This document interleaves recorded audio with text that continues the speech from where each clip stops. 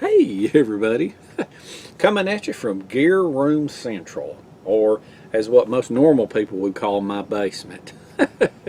Alright, little word about here living in Georgia. This week and next week, the temperature is between 95 Fahrenheit and 100 Fahrenheit every single day. For those of you that go by Celsius, that's between like 36 and 37 Celsius. So, in old Dave's opinion, that is just too hot to go out and do any filming. It's miserable. I don't like doing it, so I'm not going to film outdoors this week. So, what I'm going to do, I think this is going to be a very interesting video. And I talked about doing this in the past. It's going to be a very long video. But I promise you, if you watch enough of it, you're going to pick up something you can use, or you will learn something. Or maybe even there's something you've asked in the past this will answer. And what this is the outdoor bushcraft survival camping clothing video. Now, it may be kind of long, but I'm going to try to cover everything. And I may or may not can dig everything out and pull everything off the rack, because some stuff's hanging up, some's in there in the drawers, some stuff's in boxes. But I'm going to try to get everything I can to hit the high points. And what I'm going to cover is I'm going to cover gloves, hats, headwear, boots, pants, shirts, and jackets. Okay, so I'm going to do one segment at a time. Bear with me. Some of it may be kind of mundane and boring, but I promise you, you will pick something up from this video. You got to. All right, so let's get going with it. Well, let's start out with the gloves. Okay. Now, I have, for winter and summer and heat resistant type stuff and work type gloves. Now, this is just a regular old pair of gray fleece gloves. Okay, I wear them for cold weather, keep my hands warm. Just a regular old pair of tan fleece gloves, wear them. These are some camo gloves, lined, insulated, wear them, keep warm. It's a real thin, like jersey type of pair of camo gloves. I don't work with none of these, and I don't tend fire with them. I just wear them to keep warm. This is a like mossy oak pair. Okay, so those are just pretty common gloves right there. And then here's a black pair that are lined. The liners aren't removable. Okay, these are called hot fingers, and I think they're skiing gloves. And these hot fingers are the absolute warmest gloves I have, and the liners are removable. This says micro layer 3, waterproof and breathable. These are really good, expensive gloves, and I wear them for like hiking, and you could wear them when you were sleeping. All right. Now, as far as wearing gloves that I work for chopping and cutting and dragging firewood through, these are some no-name Chinese type gloves. And what they are is they're called knuckle gloves. And they've got a strap on them. I got them off Amazon real cheap. And they're like, they have some sort of an Asian name, and there's several different makers of them. But they have like a artificial leather palm, and then they have like breathable things here on your fingers, and then they've got the hard knuckles. And these are very, very extremely cheap gloves, but they're good gloves. They're really good gloves for the price. And I got a pair of I think these are coyote, and then I got a pair of olive drab. Those are great work gloves for the price. Very, very cheap. The company Mechanics, they make camouflage gloves too, and so I bought a pair of these. These are multicam, and they don't have all the protection of the knuckle gloves, but they're pretty good. You know, they're a lot more expensive than them cheap Chinese gloves. Now these gloves right here, if you can see these, they've got like that dotted fabric on one side, and then they've got like a mesh fabric on the side. And I got these at Academy of Sports, and I think these are meant for hunters, and they're for hot weather because they're very breathable, and they're for like pulling back your bow when you're hunting to camouflage up your hands, and it also protects you from bugs. But those are pretty good gloves for the summertime if you want to keep the bugs off you, like if you're sleeping in a hammock or something. These gloves here, I haven't got a clue what they're called, but they got a heavy black leather palm and some kind of military glove of some kind of olive drab glove. It's a good heavy duty glove. These, have you ever heard of fast roping? What fast roping is it's that type of rope that's woven out of like 4 strands, and it's what they use for, I don't know if they get up and down out of terrain or mountains or cliffs or anything, but like SEALs use it and the military use it for rapidly getting out of a helicopter and down to the ground. And it's in a lot of training, but these are super heavy gloves here. But those are called fast roping gloves. It's a military glove. They have very padded palms, very thick leather, and they've got all this extra webbing on it right here. But that's a brand new pair right there. Those things last forever. I got a black pair and I got an olive drab pair. I've had these for a long time, real long time. These don't have the leather palms. They have like a fuzzy type palm, which I find is unusual because they're both supposed to be fast rope gloves. But anyway, somebody that was in the military may know the difference. I don't know the difference. These are just common plain Jane leather gloves. I go through a lot of these. I buy new pairs and wear old pairs out. These are wool glove liners. Sometimes I sleep with these things. Sometimes, like, you know, when it's real cold, I'll just put these on and sleep with them, keep my hands from getting cold. Or sometimes I'll wear them under these mitts right here. I don't know if you call these mitts or mittens, but these are the kind, these are those military kind, and they come all the way down pretty low, and they have a trigger finger, I guess, so that you can shoot while you're wearing them. But those are pretty comfortable. They can keep you good and warm, and sometimes I've been known to wear these liners underneath these that are quite comfortable. They're olive drab with leather. Now, the interesting part, let's look here. Oh, I got one more pair here. Let's see. These are called all grips. I bought these years and years ago, and I don't even know where I got them, but these things are super thin. I don't know if you can see or not. That one's ripped. That's not a good example. Let me show you the other one. These are real thin, and if you're doing anything delicate to where you need a good touch, and they're just not real thick, you can see part of my knuckles through them. They're so thin on the back that they're not hot, and you don't lose your touch with them. They're called all grips. All right, I can't believe that one is ripped. These are really old. I don't even know where I got them. I got 2 pairs of them. Now, let's see here for a minute. Let me pull these off and put these to the side. Now I'm gonna move the camera down for this. These are the gloves right here that I get asked about the most, and I have trolls oftentimes that have said very smart alecky comments about these. And now, this is my oldest pair, and what these are Nomex flight gloves, and they're made out of Nomex, which is a flame resistant material. It's not necessarily heat resistant, but it is flame resistant. And then it's got like a, I'm not real sure what this is. This is not leather. This may be goat skin or lamb skin or something. I think it's something different. But these things are great. I love them, and because, you know, not only are they good for like tending fire, putting in firewood, messing with the fire, poking around, picking up pans, moving pans around.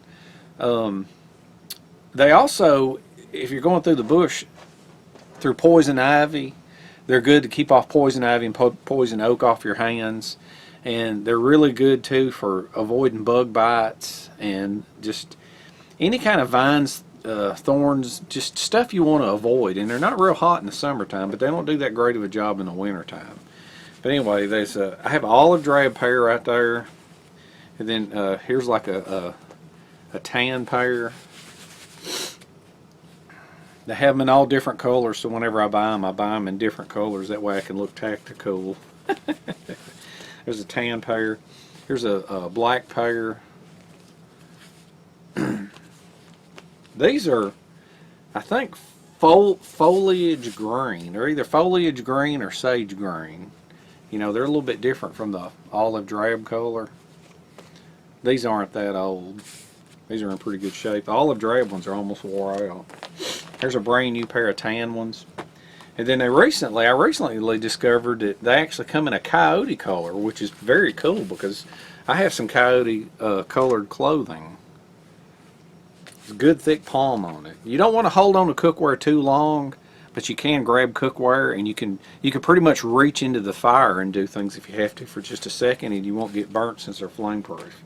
And I also recently found out that they have a winter version which have an extra lining inside, which is really cool. And not only do they have the lining, but they've got like they've got some extra stuff on them here. And a thing on the back for tightening it up. But that's pretty cool. So that's a winter pair. So that's pretty much it for gloves. Alright. So I hope that answered some of the questions that you might have had about gloves. And like I said, sometimes I wear them in the summer, sometimes I wear them in the winter, sometimes I wear them for tending fire and hot stuff, sometimes I wear them to avoid bug bites, and then sometimes they're just outright camouflaged for whenever we're playing our stealthy games in the woods. Alright, on to headwear, okay, or as some people would call a cover, or some people would call a hat. Alright. As far as plain old ball caps, I have plenty of these. I have these things laying around all over the place. And I prefer olive drab or I prefer camo. And then sometimes whenever I feel like it, I'll put a patch on it. These things, you can put the patches on and off. That's an olive drab condor. This is a marine digital pattern, or what is known as Marpat.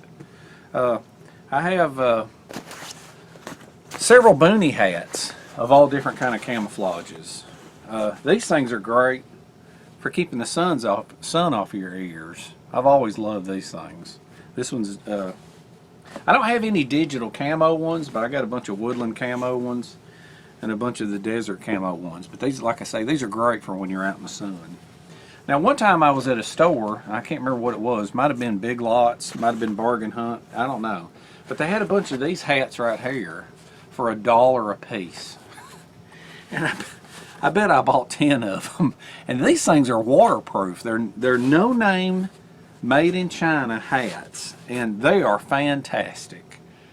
I love these things. They're great for like in the rain and stuff. Really, really good hats. This is my absolute favorite fishing hat of all time. It's made by 5 Star Gear. This is the only one I have in olive because they sell them in black.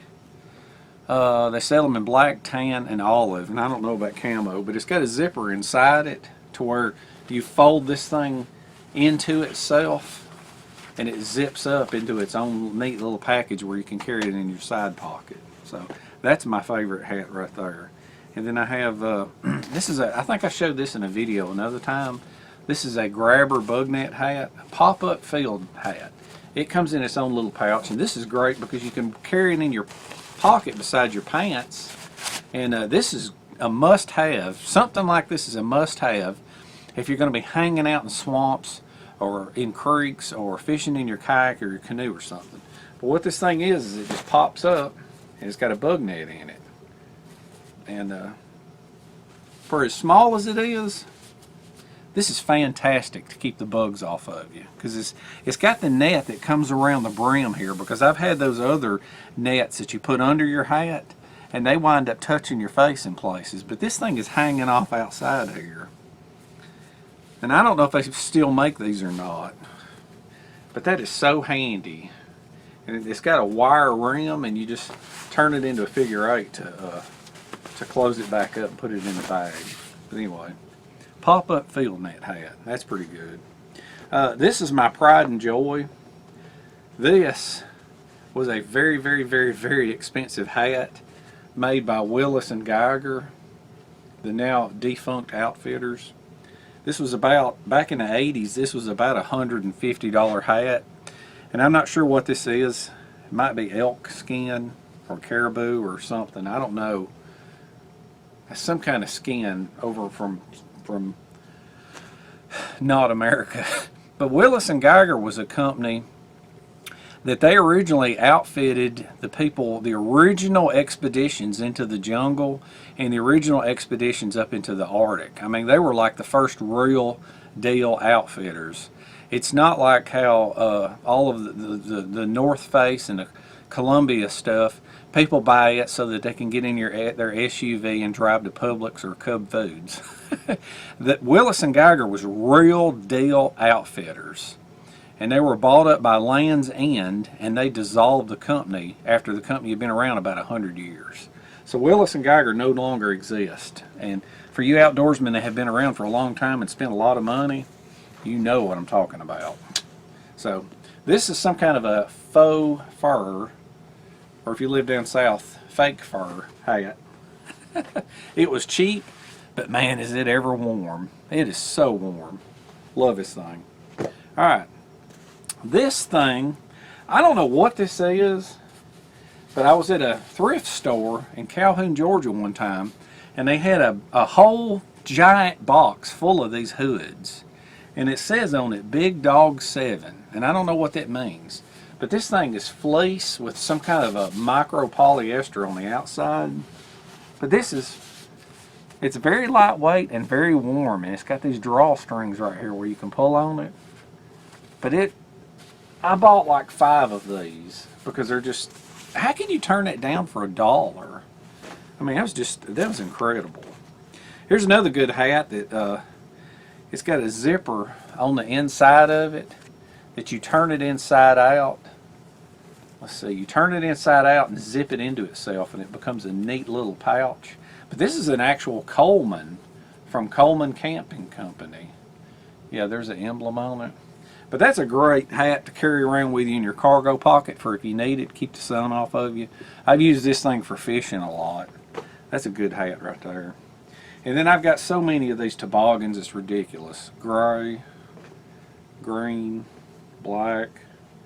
This one says Duck Dynasty. I love these. Another Duck Dynasty, gray one. I think I got some military ones here. There's a camo one, non-military. I think this is a condor. Now, when I use the term toboggan, okay, the northerns up there and Canadians, a toboggan is a sled. Somehow or another down south, growing up, everybody called these hats toboggans. Some call them beanies, some call them watch caps. I think military-wise, they're called watch caps. But you'll have to forgive me if I call them toboggan because that's what we call them down south. I think that one's a coyote one. This is probably foliage green or sage green, foliage green, foliage green. I think I got some black ones in here. Anyway, there's a pile of them. There's a black one. Or fleece cap is what you call them. This is a balaclava.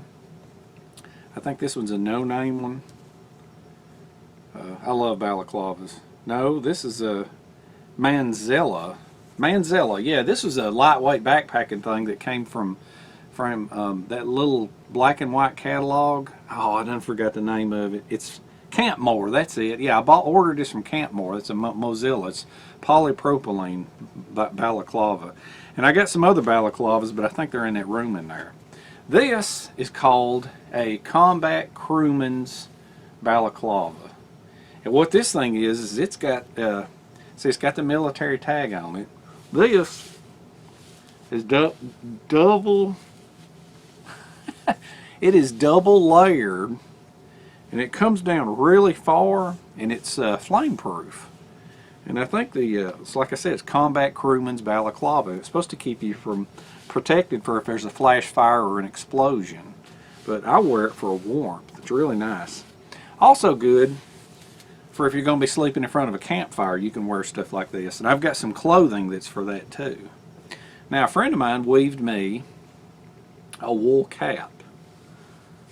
Very warm, but you won't sweat because it's got like very, very minor openings in it where the air will flow. And then another friend of mine actually wove a paracord cap. That is solid paracord. It's almost like a, I don't know, it's like a dang near a helmet. I mean, you can bump your head. It's like a bump cap. So, okay, there's another camouflage watch cap. Dare I call it a toboggan. Let's see, there's another balaclava. Now these things I made, these are tubes, right? There is a name for these and it escapes me, but these are double wall fleece tubes. I have a very tall one, and then I have one that's a little bit shorter, and then I have a really shorter one. Now what you can do with these things is you can put them on, and all it is it's just a piece of tubing, double wall fleece. Okay. Now you can put it on your neck. Now while you have this on your neck, you can also take, let's see, how is this? You could also take one and put it on here, and it's I look like an idiot. It's open on top, so that if you tend to wear, people that wear these caps like this when they sleep, sometimes they sweat. And so what you can do is you can keep your ears warm and your head warm, but you can still get some air up to the top. And so that's another handy thing about it. The other thing you could do is you can get one that's a little bit longer and bunch it up around your neck, or pull it up for your mouth or your nose. Right? That way you can sleep like this, and when you wake up you'll have a big coating of ice where you've breathed in here, but it won't be on your tent. Okay. Now the other thing, let's pull this off. This is an extra long one. Another thing you can do with this is you can put this on. You can either bunch it up around your neck like this to where it's super thick, or you can pull it up over your head like that. Okay? And you can still breathe and get some air to your face. Alright? So, that's the other thing. Now, I'm going to move the camera for this other thing, this last piece of the headgear that I'm going to show. Alright, I had to back the camera up because this is the thing that I get asked about the most. The do-rag. Now, all the do-rag is it is a giant piece of cloth cut into a triangle. Okay? And like, for example, this one right here, these corners come to a sharp corner. And that's the way they normally start out. But sometimes I'll cut off the very bottom because I'll need a little piece to use to make char cloth. Alright? But the way these things work is just a giant triangle, and the top is usually from my fingers to my finger is usually like 40 inches, at least for my head. You can make them bigger if you want. And then from here down, the sides is usually 36 to 40 inches. Okay. Now the way you put these things on is you hold it over the back of your head just like this, all right? And you just cover up your eyes. And then you take the two ends, and then all you do is tie it around the back. All right?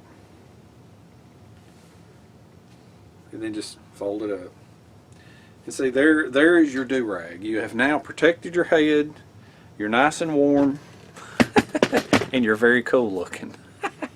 Alright, so that's the do-rag. Now, the thing is, if you have old t-shirts that are extra large or larger, preferably 3X large, you can cut these out of them. Or you can just take cotton fabric and make them out of them. I don't really make these things out of polyester or nylon. I've always wanted them to be, since they're on my head, I've always wanted them to be just a little bit breathable, so I make them out of cotton. Alright, but that's all it is. It's just a triangle of fabric. No big deal. Now, I have one more little piece of headgear I want to show you. I've showed it in the past, but I'm going to show it again for people that haven't seen it. Okay, this looks like a bag, doesn't it? It looks like a fleece bag. Okay, now, let's examine this very carefully and very slowly. This is a bag that is Velcroed on the end. Okay, so I'm going to open it up. Okay, it's got Velcro on each side. Now, this thing I have in here, flip it over. Okay, I have a pan in here, okay, with a piece of material protecting it from this other pan. Okay, alright, this is a backpacker pan with a Teflon coating. Okay, Open Country, made in the USA. It's a good old pan, still in good shape. I don't want to scratch it all up So I put one in here. Okay, here's a piece of fabric. Let's pick it up. I have my cast iron pan in there. Okay, all right. Now there was this piece of material in the middle of it. Okay, there is a divider. This is what we're looking at now, is a bag with a divider in it. Okay, you ready for this? Okay, there's one side, there's the divider. Now, watch as I turn this inside out. Okay, I'm going to turn this inside out, and look what just happened. Let's flip you up right here. Now look at what just happened. Okay, what happened is I now have a balaclava with a long front face. So I put my pans in to protect them, and now I have a balaclava. Now I'm going to say this. I have the pattern, okay? This pattern, even with the pattern, these are almost impossible to duplicate. Okay? They're I don't know what it is. They're so complicated with the way they're made. Now, okay, let's pull this off again. Maybe you can get a better look at it. Okay, well, I have a balaclava. All right, and it has a long front. Okay, now here's a trick, and I'm going to show you something else. The back side is double walled. Okay, the Velcro on the very, very back is aiming out, and then this double wall has the Velcro aiming away from it. And then what this actually is, the outside, the part that has the opening, is what folds over and makes the liner. All right, I don't want to waste too much time on this, but what you can do with this thing, like I said, it's this is so hard to make. And people have asked me to send them the pattern in the past, and I'm being honest, I couldn't even make a pattern out of this out of paper. The original one was made and given to me, and after making about 10 of them, I stumbled onto making this one, and then I returned the original one. So, but you pull it, let's see, how is it? You turn it back inside out, and then when you do that, you have the flap of the balaclava, the part that came down here, and what you do with it is you fold it over inside, and it becomes part of the divider. And so that is your divided pot pan bag. Close it right back up. All right, pretty nifty. I hope y'all figure it out, and I hope y'all can sew y'all one. Ain't that neat? All right, we're at the boot rack, so let's talk boots. First off, okay, you'll see I use a lot of military type equipment. I don't use a lot of the lightweight backpacker stuff, and the reason for that is lightweight backpackers that wear like the lightweight backpacker shoes, like the Merrells and things like that, and the Columbia and all that, and Under Armour, the real lightweight shoes with the holes in them so their feet breathe. Those kind of people hike trails like the Appalachian Trail and you know, the Pinhoti Trail and the Bennett McKay Trail, stuff like that. Now, you're hiking along the trail, you know, there's no obstacles, there's nothing in the way. All right, I'm not like that. I don't hike 5 to 10 miles a day. I go into areas that are very rough, that are filled with vines and thorns, and I don't hike in very far. Sometimes I hike in just 1 mile. Sometimes I hike 5 miles. On a rare occasion, I'll hike in 7 or 8 or maybe sometimes 10 miles. That is so rare. It's usually 5 miles or less. So I wear boots. I don't wear those hiking shoes. I don't even own anything. The closest thing to that is these hiking boots here. Now most modern backpackers and campers will die laughing at these things because they're like, oh, those are too heavy and they don't breathe. Oh. Well, these things right here, these boots, I have owned these boots for 20 years. and they're not wore out yet. Now you might be like, oh, you don't wear them very often. Well, when I was with the Scouts, these are the boots that I wore on every single scouting trip. And I even wore them to the meetings because I was a Scout leader, so I had to wear a uniform, so I wore these boots. Now these are bone dry redhead. I bought them at Bass Pro Shop like 20 years ago. I doubt they even make those, but that boot right there, that has been a fantastic boot. Fantastic. Okay, let's go with now. These are Rockies. They're the sage green. I think they might have been intended for the Air Force, but I saw them and I liked them, so I bought them. And I've had these boots for about 5 or 6 years, and they've been fantastic. I love them, and they're still in great shape. All right, I think it's a Rocky SV2. Great boot. Little bit of insulation inside them. They were such a good boot that I ran right out and I bought a tan pair because I was like, all right, this is great. I got me another pair of these awesome Rocky boots. Okay, well, guess what? After about 1 year, it developed a hole right here. Right there's a tear. So I'm not as happy with these. So that depressed me. And I don't know if it's the quality or if they've changed something about them. And I like the bottoms of them, the grips, especially on the back here. Anyway, those are Rockies. Now I got some more Rockies here. That pair was kind of a tan pair. And this is more of a coyote pair, but these are a little different. I don't know the name or the designation of these, but these aren't insulated. These are more for hot weather. And I like these boots. I think you can tell the difference in the color of them. That's kind of a tan or a desert, and this is more of a coyote color. But these right here have been great boots. They've been very, very comfortable. I like them in hot weather. All right. Another pair that I have for hot weather are these. These are very, very super expensive boots.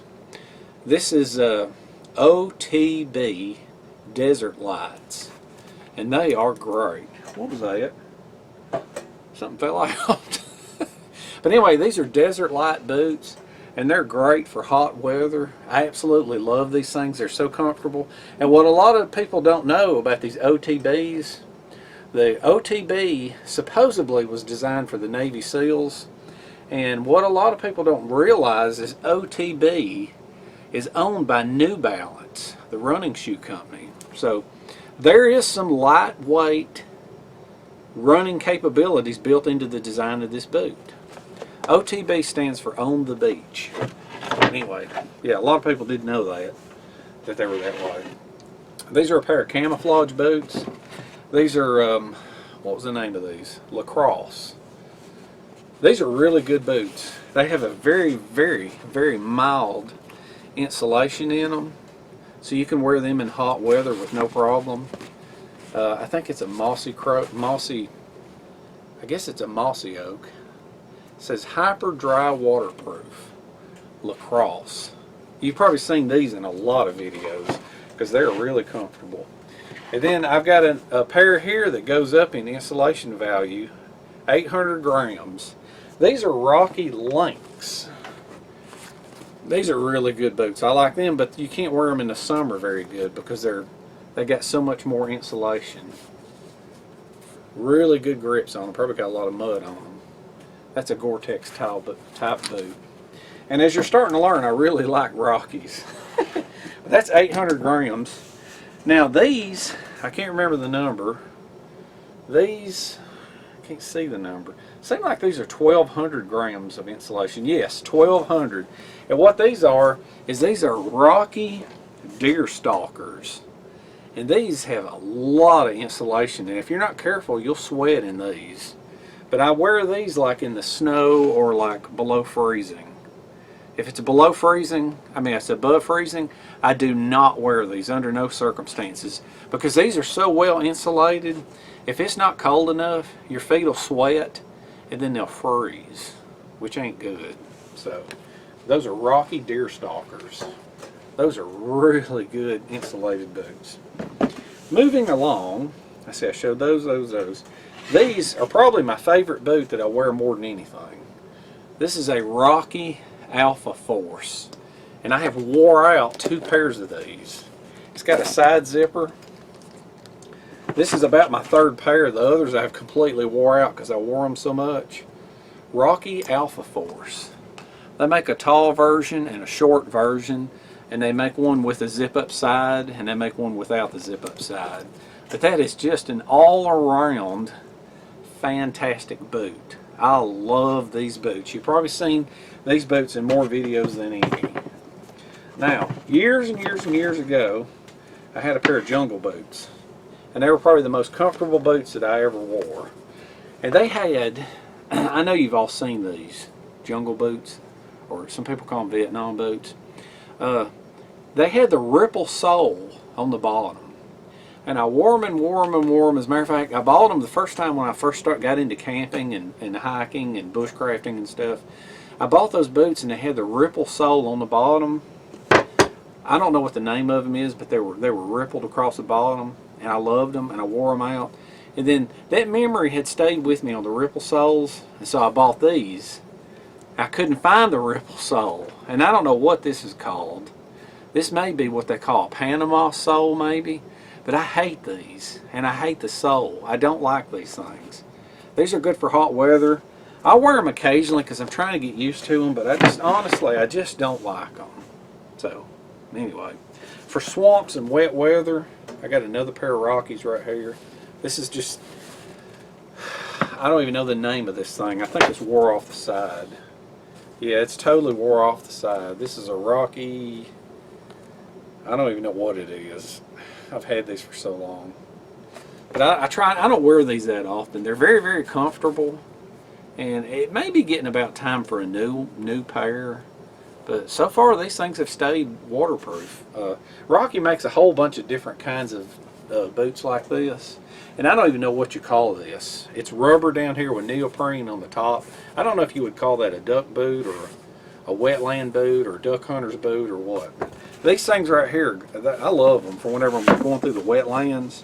And you can probably wear them through the snow too. These are my snake boots. Gee, what brand are they? Rocky snake boots.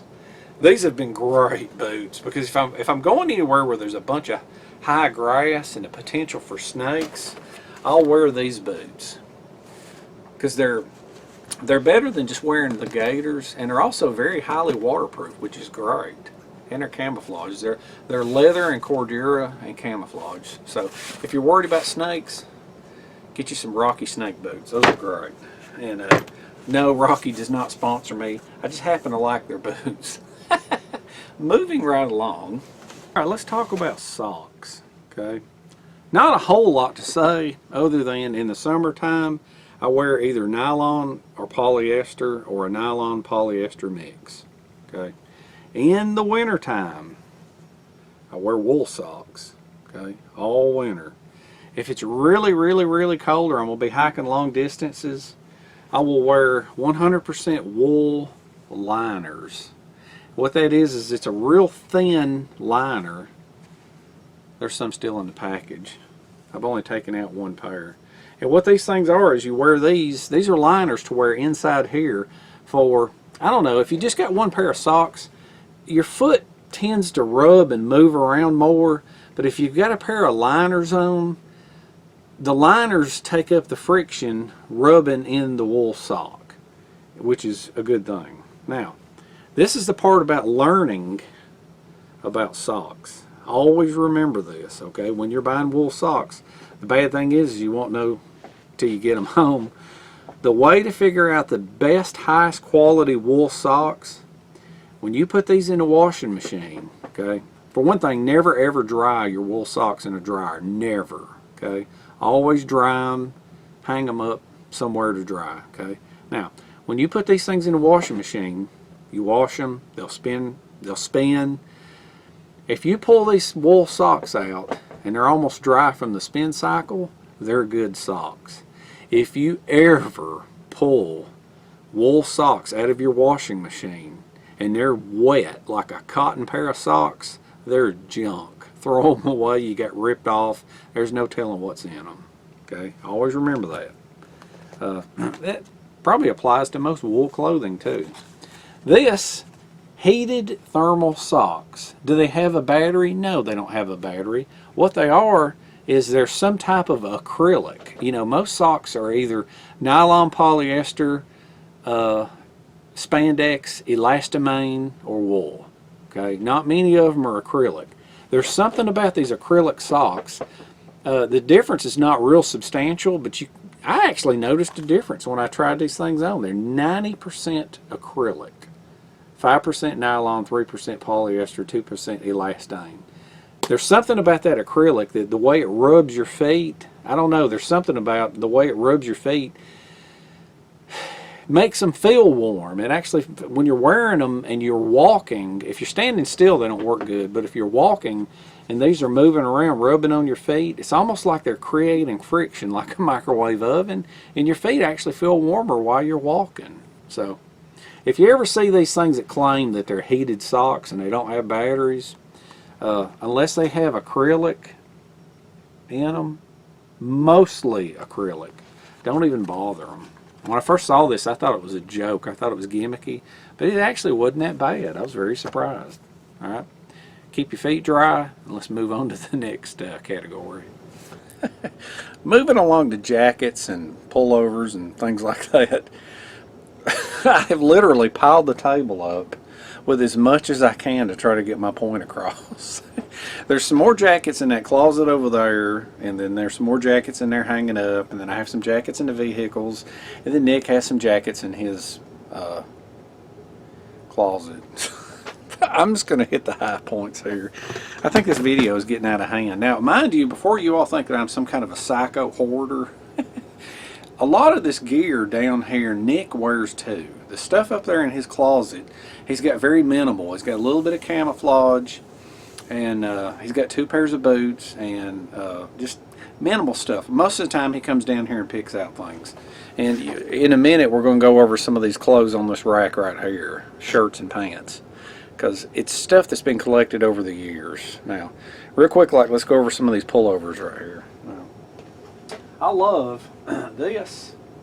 This is a Timberland fleece jacket. Okay, I can already tell that this is not showing up good on camera. But anyway, I wear a lot of stuff like this. A lot of stuff. I've got tons of this stuff. This is an Old Navy pullover. I love stuff like this. This is one of my favorites. This is an Eddie Bauer pullover. Very, very, very comfortable. I love the feeling of polyester fleece. I absolutely love it. A lot of people say that you sweat in it and it stinks. I haven't had that problem. Here's another pullover. It's got a buck knife emblem sewed on it, which is very cool. This is another Old Navy. Love these fleece jackets. Love them. Now, sometimes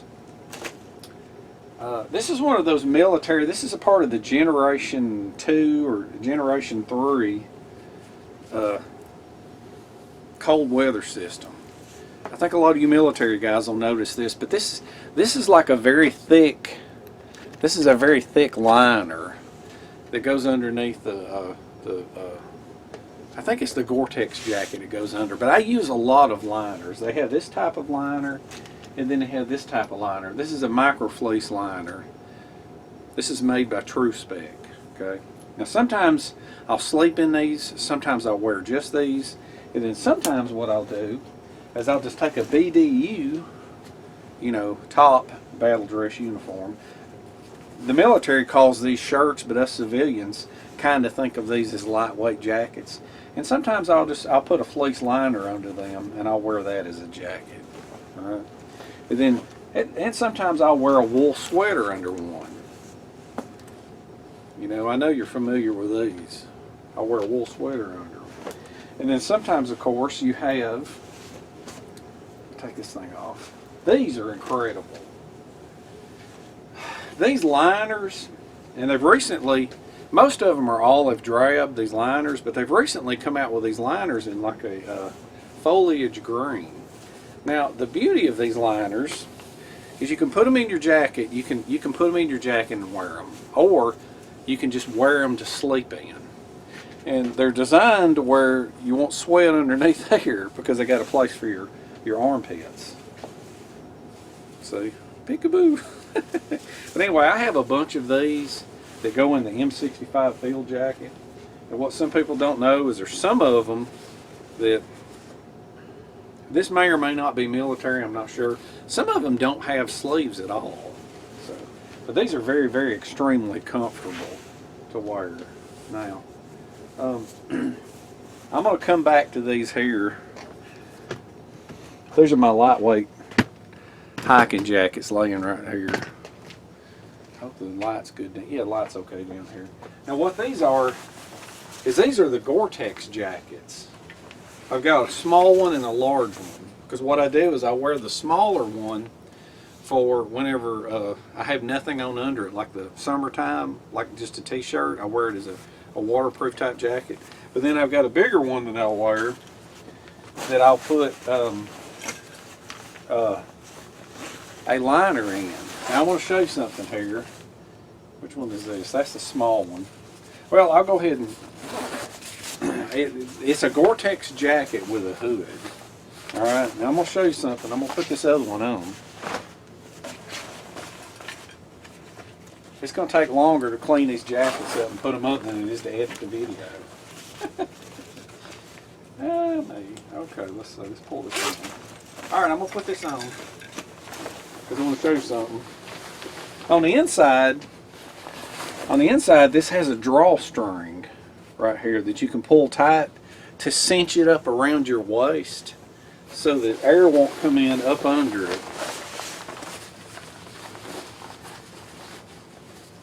And then it's got a big old hood right here coming out so that water will drip off. Now when you zip this up, let's zip this thing up here. Da-de-da. Big old heavy duty zipper. When you zip this up, you zip it all the way up to here. Now, the thing about this is you have a drawstring here. I have heard people complain that water catches here. See when I turn sideways? This is actually sticking out further than the bill. That's what these are for. That's why they put them there, use them. So you can cinch it up and it'll be up under the bill. Okay. Now, one other thing that I want to show you, and then they've got the Velcro on the sleeves so that you can tighten them up.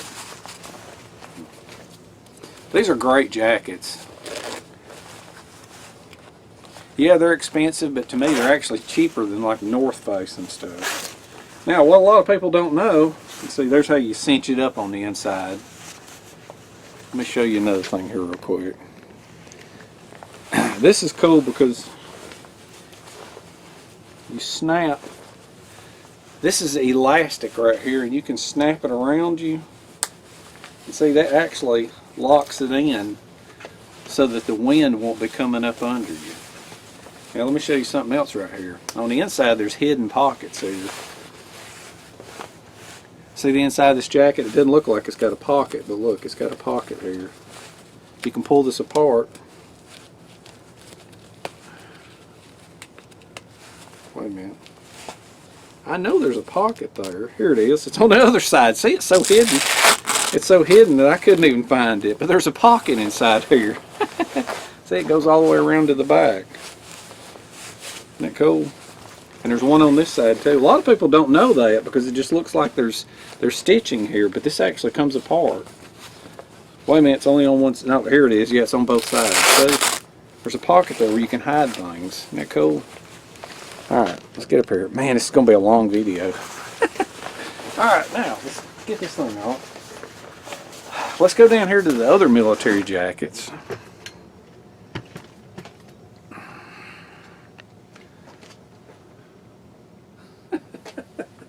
Alright, move the camera here. Now, this is a DPM. This is a, I think this is British. I'm not real sure, but this is called DPM camo. This is disruptive pattern material. I like this camo. It's a foreign camo. I like it, and I think in this pocket, the pockets are huge in this jacket. They're gigantic, and so in this pocket here, I keep a matching cap and neck gaiter, or what is known as a tube. And I believe this is actual British too. It's called a headover. Headover. But some people call it a neck gaiter. I keep that in there, and I think in this other pocket right here I keep a toboggan that's the same olive drab looking color. So let's go back over here now. Let me take this thing off. I love M65 field jackets. I love them. I love them. I love them. I love them. I'm going to get some grief over that because other people like those lightweight hikers jackets.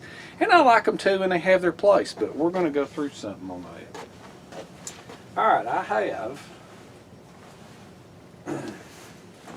olive drab field jacket with no liner. Okay? I wear that like in the fall.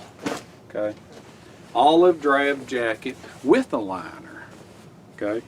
Wear that when it gets good and cold. I can take the liner in or out. But I don't have to. So, okay, so I got two of those olive drab ones there. And then this is, I have woodland camo woodland camo jacket with no liner. Okay? And then I keep a woodland camo jacket with a liner. Now, like I said, I've doubled up on a lot of this stuff because this is also some of the jackets that Nick wears, because when you're charging through the brush, you want a good solid jacket.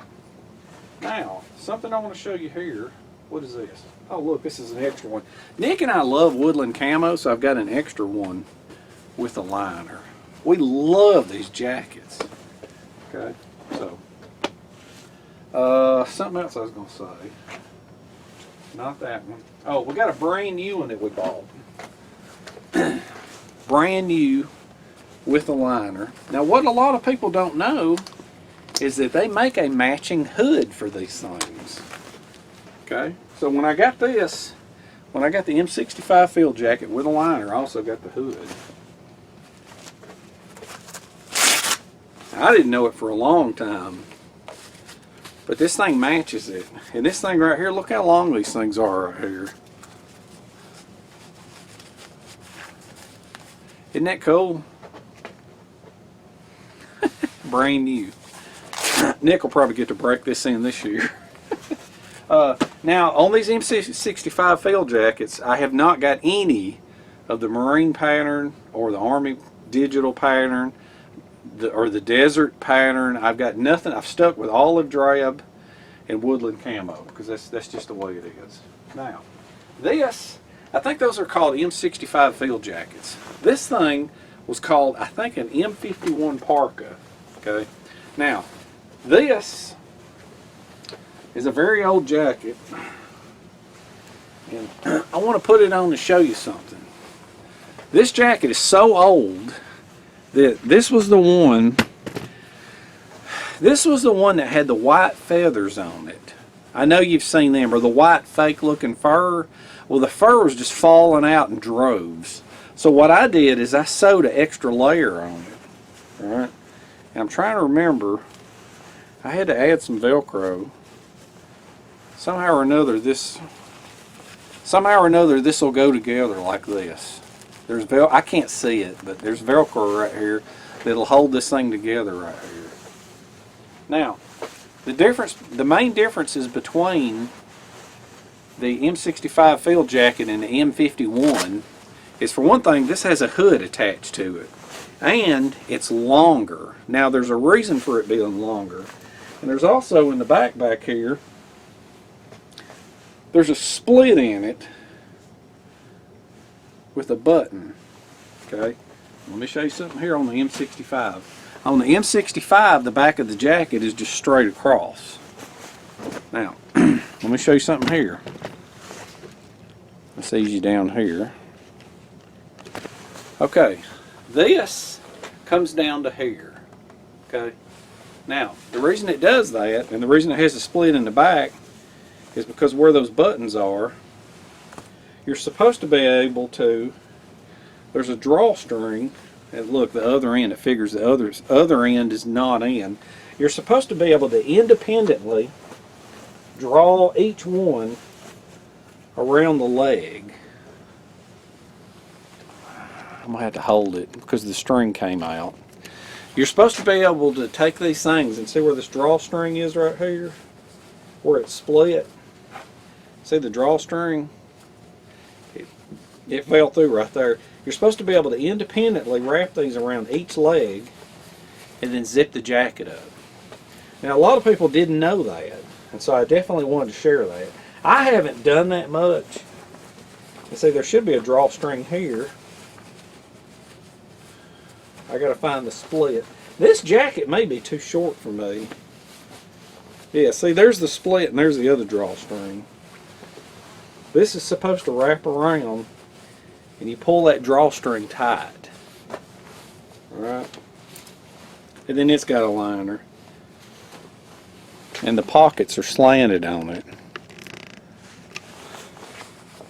Pockets are slanted and they're up high. And they're very, very deep. It's got a drawstring here too where you can tighten it up around the waist. Alright. Man, this is going to be a long segment. I ain't even got to the shirts and pants yet. I may have to just breeze through them. Okay, now everybody's talking about this big heavy stuff right here. This huge stuff. Well, let's go to the lightweight stuff and I'm going to show you when I use it and why I use it. Alright. Okay. Lightweight down-filled clothing, or what is known as puffy jackets. Okay. Got the vest. Alright. And then one step up from that, you've got the jacket with the sleeves. And then one step up from that, you've got the jacket with the hood. Okay. Now, what makes me angry, this is an L&L Bean. I love down clothing because it's very lightweight and it keeps you warm and you can compact it down real tight. But you can't, this stuff is good for if you're hiking trails. Like when me and Nick go up to the Smoky Mountains and we hike the trails during the winter time, these things are great because they're very lightweight. But my sister, 850 down, there's a feather just went by. Anytime I touch this stuff, feathers go everywhere. So my sister bought me this jacket. And I was like, alright, it's great. My first puffy jacket. My first packable puffy jacket. What'd I do? I wore it into the woods and instantly got snags all over it that I've had to super glue together. So I'm very selective about when I wear these. And then here's a Columbia. Incredible warmth here for as lightweight as it is. Absolutely love that jacket. Okay. Alright, sure have spent a lot of time on that. That was 16 minutes. I told you it was going to be a long video. Alright, moving right along. Real quick, before we go into the pants and the shirts, since I just did the jackets, I'm going to talk about my winter pants and the liners. Okay. For the most part, I have like a polyester type of thermal underwear for hiking, and then if I'm not going to be doing a whole lot of walking, I actually wear the cotton thermal underwear. But anyway, for these, sometimes I wear wool pants. Alright, wool pants are great for if you're going to have a fire. These things right here, and it's weird. I'm kind of a weird guy about this because I'll wear the polyester thermal underwear under these because this kind of bothers my skin. My brother's different. My brother says that he wears these, he wears all the wool directly touching his skin because he says that the wool fibers, as they rub on your skin, they're creating a friction and creating a warmth. And he may be right about that, but I haven't been able to do that. Now, a couple of things here. All right. I have these pants. I don't even know what kind these are. Oh, Galleons Outdoors.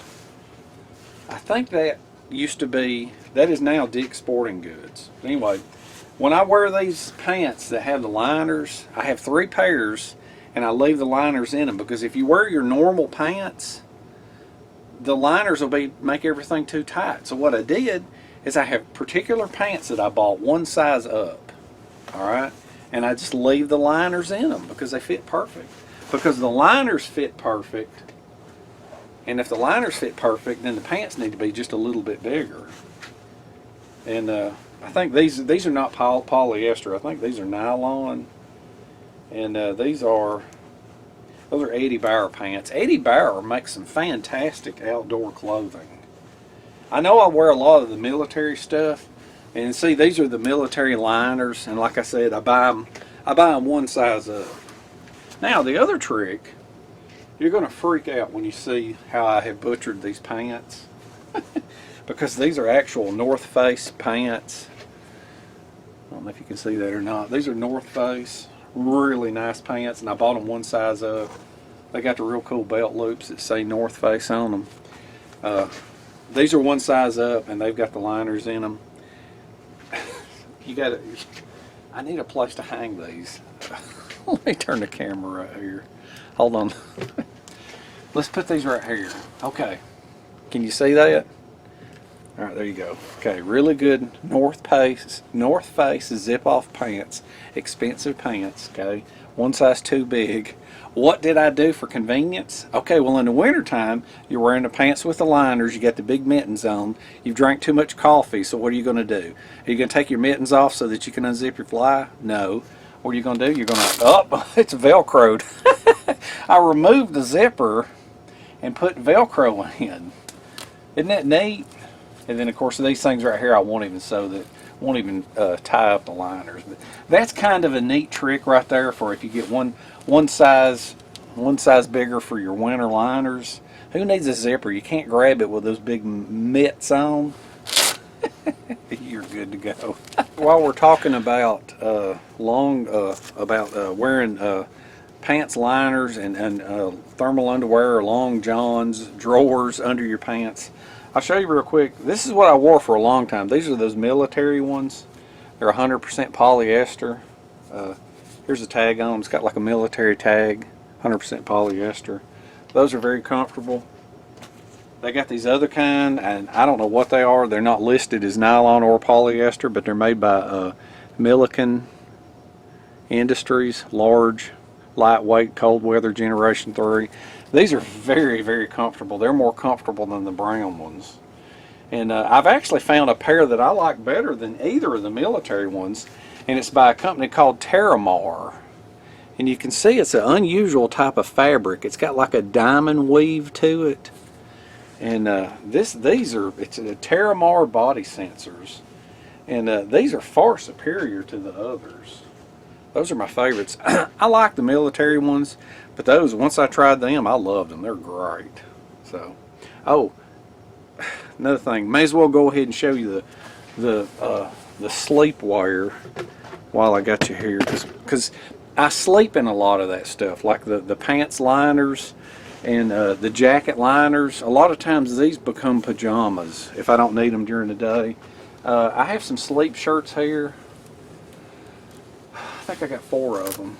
Oh, that's another jacket right there. Free Country. It's a skiing jacket. I forgot about that. It's a waterproof long jacket like a parka. Let's see. This is one of those military shirts, and I'm not real sure what it's made out of. Shirt, sleeping, heat retentive and moisture resistant. 100% polyester. You in the military have probably seen these. That's like an olive drab looking color. Here's another one that's like an olive drab looking color. I think they're both about the same. These are incredible for sleeping in. There's another one. I've got 3 of those. The olive drab. It's literally called sleepwear. This is a coyote looking one, and it's made a little different. It may be newer. Cold weather undershirt. Okay, this is not polyester. This is 100% polypropylene. And why they made it out of that, I don't know, but I've slept in this, and it's comfortable. It keeps you warm. But one that's better than all those, and this is weird because it actually looks like it's inside out, because if you turn it, the inside of it has like this diamond pattern on the inside, and it's just weird, but that's a very comfortable large regular shirt. Cold weather Generation 3, Peckham Industries. That is an excellent sleep shirt. If you're cold, sleep in that thing right there. Oh, and the hands, it's got holes in the hands for your thumb to stick through. Here, let me Let me put my hand through it. It's got a place. See, it's got a place for your hands so they won't bunch up on you when you're sleeping at night. Isn't that neat? That's a great shirt. Like I say, the inside of it is made like that. Isn't that weird? It looks like it's inside out. I think that's all the sleepwear. Yeah, that's all the sleepwear. Now what I'm going to do is I'm going to take about an hour putting all this stuff up. And then I'm going to dig out the pants and the shirts, I guess. And then we'll go through them. Guess what? I went to the editing, and I was going to edit the whole video, and it turned out to be 2 hours and 10 minutes. I mean, that's like a feature-length movie showing clothing. So I decided I can't put that all in one video. There's no way, because it's too much to watch. It's too much for me to edit. It's too much to upload. And I always answer comments about things, and there's so much in that video that I wouldn't want people to get bogged down with the questions they want to ask about gear and things. So what I'm going to do is I'm going to have to divide it up, and you know, this is the end of part 1. The part 2 is going to have the pants and the shirts, and I think the camouflage uniforms. And if there's anything else I left out, I'll cram it into part 2. So I hope you enjoyed watching this. I thought it was going to be easy, but it was a daunting task dragging all this out. We shall. See you in the next one.